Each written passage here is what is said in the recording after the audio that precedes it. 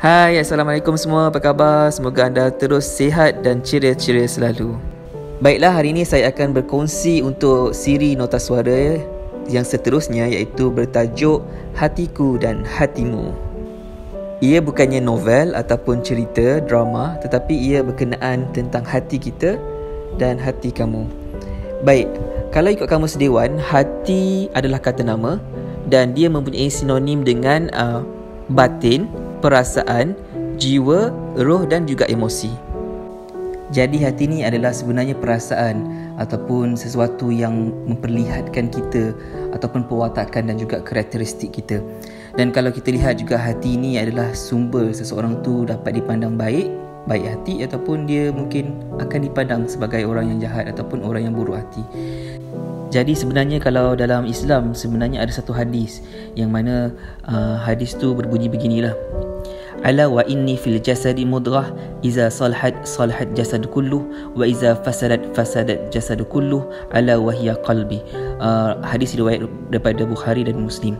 Maknanya adalah sesungguhnya ketahuilah dalam tubuh manusia ada segumpal daging. Jika segumpal daging itu baik, maka akan baik seluruh tubuh manusia, dan jika segumpal daging itu buruk, maka akan buruk seluruh tubuh manusia. Jadi ketahuilah bahawa segumpal daging itu adalah hati manusia. Hadis riwayat Bukhari dan Muslim. Jadi kebaikan itu sebenarnya bermula daripada hati, dan keburukan juga bermula daripada hati. Jadi sebab itulah sebenarnya penting hatiku dan hatimu ni perlu dirawat dan perlu dilihat sama ada hati kita ni baik ataupun hati kita ni buruk. Perkara yang boleh mematikan hati, ada juga perkara yang boleh menghidupkan hati. Jadi di antara perkara yang boleh mematikan hati adalah ketawa lah, ataupun banyak ketawa. Sebab dalam hadis Rasulullah pun ada menceritakan daripada Abu Hurairah, dia berkata Rasulullah SAW bersabda, janganlah kalian banyak tertawa, kerana banyak tertawa itu akan mematikan hati. Yang ni hadis riwayat daripada Ibnu Bajah dan dia adalah hadis hasan. Jadi sebenarnya bukanlah kita tak boleh ketawa, kita boleh ketawa, tetapi kita kurangkan tertawa yang terbahak-bahak yang boleh menyebabkan kita lupa kepada Tuhan, kepada Allah Subhanahu Wa Taala. Di ketawa tu kita kena kawal lah, ataupun janganlah terlalu berlebih-lebihan.